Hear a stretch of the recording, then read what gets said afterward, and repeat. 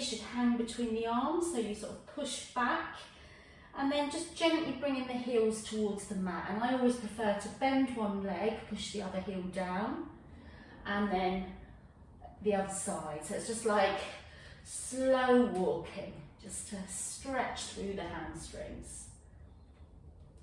If you wanted to make it a little bit more intense, then you can bend both knees and then push both heels down with straight legs. Bend both knees and push down. And again, so it's almost like you could lower them enough to be in a kind of baby plank position where your knees hover, and then push up. Again, very strong movement for the legs though. And just stay there for a second. If you're able to, I want you to just see if you can lift one leg. I'm going to do my left leg, but I'm also going to twist my hip outwards, so I feel a lovely stretch down my side and in my waist. So I've rotated myself out to the left. That's it. And then go back to the centre. Lift the right leg this time, only a small way, and then right hip out to the right if you can. Foot back, and then bring your knees down and just push back into child's pose just for a second with your arms down by your side, so you've rested your wrists.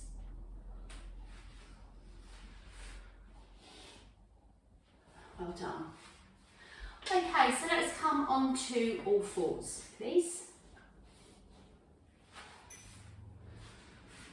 Okay, making sure you've set yourself up. I trust you all to have done that because you know what you're doing. All right, let's bring the left arm back. All right, I want you to do 3 pulses back for the triceps, slow ones. And then you're going to rotate that arm all the way around and down. And again, right arm, pulse, 2, 3, rotate it all the way forward and down. Now, if you keep your weight central, you'll feel this in your core. I'm going to do one more in this position. You can stay in this position if you want, or you can go into a diagonal position like I am. So to do that, you just walk your hands forward and your bottom comes down, but still slightly up. You don't want to look like this. You don't want to look like that cobra we were doing earlier with the hips down. The hips need to be up. So, same thing, pulse, 2, 3, arm all the way around to the front and down. A lot harder in this position. You do need to shift your weight if you're in this position as well. Okay, I'm going to go up one more level, all right, and I'm going to leave it. If you come up to the level I'm going to do next, you're going to leave out the pulses. You're just going to shift the weight, bring the arm up, forward, down, so you're in the full plank position. Ideally with your bottom down, but if you wanted to do it as more of a down dog, that's fine. Working arms and every other muscle. All right, about now. Well done. Last one. And if you can, you're going to lower yourself all the way from here into being on your front. Fantastic. I'm going to start the next exercise with our arms down for anyone who wants to keep it nice and gentle. You need to fully relax the shoulders and the arms. You're not propping yourself up in any way.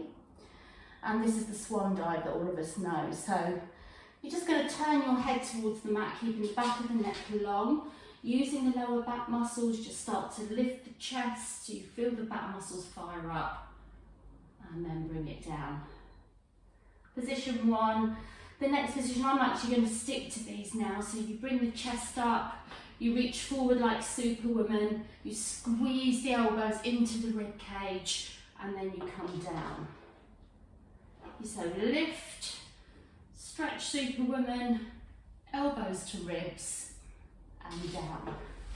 Or you do 3 sets. So come up, squeeze, forward, squeeze, forward, squeeze, and down. So you're either coming down each time or doing sets of 3. And again, Now we're really working into the muscles going down the sides of your back, the shoulders, the arms, the lower back. One more set if you're doing the threes. Keeping the feet on the floor if you can, it's harder. Hard to speak in this position. And then just rest the head on the hands when you've finished and allow the back to relax. Wiggle your bottom side to side. And then you can tuck the pelvis under as well if you like, so that you lengthen through that spine. Before we come up onto all fours again, just bring one ankle or heel back towards your bottom. You can keep it there, or you can grab hold of the ankle and ease it towards your bottom so you feel that stretch in the thigh. Be careful, but if you want to feel it more, start pushing that hip towards the mat. And then you really feel it. Get your breath back, switch sides.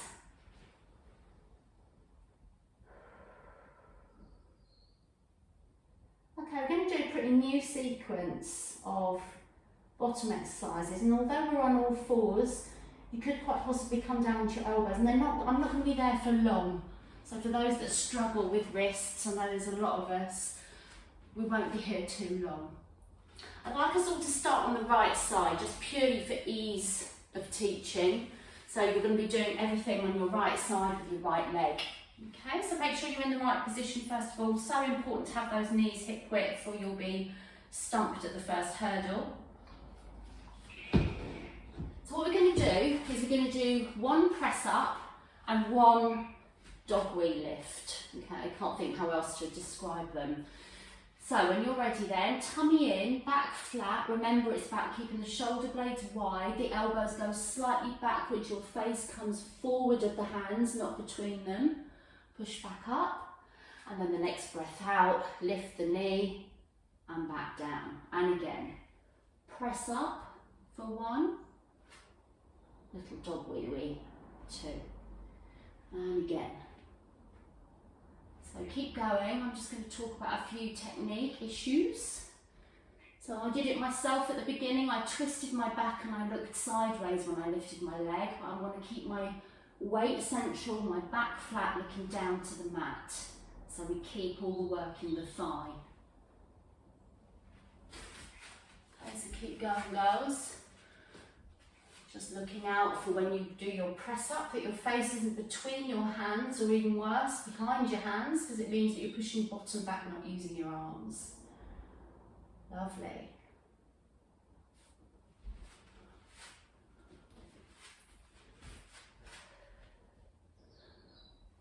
Let's do one more set of those.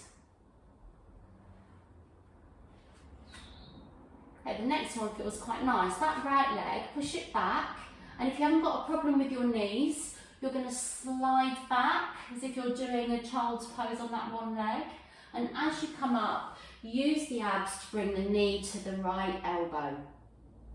Okay, so push the leg along back and then knee to elbow. If you don't like that, all you do is tap the knee to the mat and then knee to the right elbow. Okay, don't have to do the push back. I actually really enjoy that stretch. Don't push back so far that your tummy rests on your thigh. Okay, because that's just too much of a squash, I think, for your leg. And you want to maintain control, not relax. Now hopefully you're really feeling that in your left buttock as well when you push back. Well done. Rely on all the muscles in your back and your core and your legs, not just those wrists. Squeezing everything to take the pressure off the wrists. One more. If you need to quickly rotate your wrist, you can. Next exercise is going to be right knee to left elbow. Not touching, just in that direction. And then the right. And then back and 1, 2. Okay, so it's crossover underneath to left elbow, right elbow, legs straight and pulse, pulse. I'll say it again, right knee, left elbow, right knee, right elbow, push back, pulse, pulse. Okay, cross, straight, pulse, pulse. Think about your breathing, try not to hold it. Just a couple more. Fantastic for your abs this is, as well as your bottom. Last one. Okay, now come down onto your left hip, on your side. And when you're down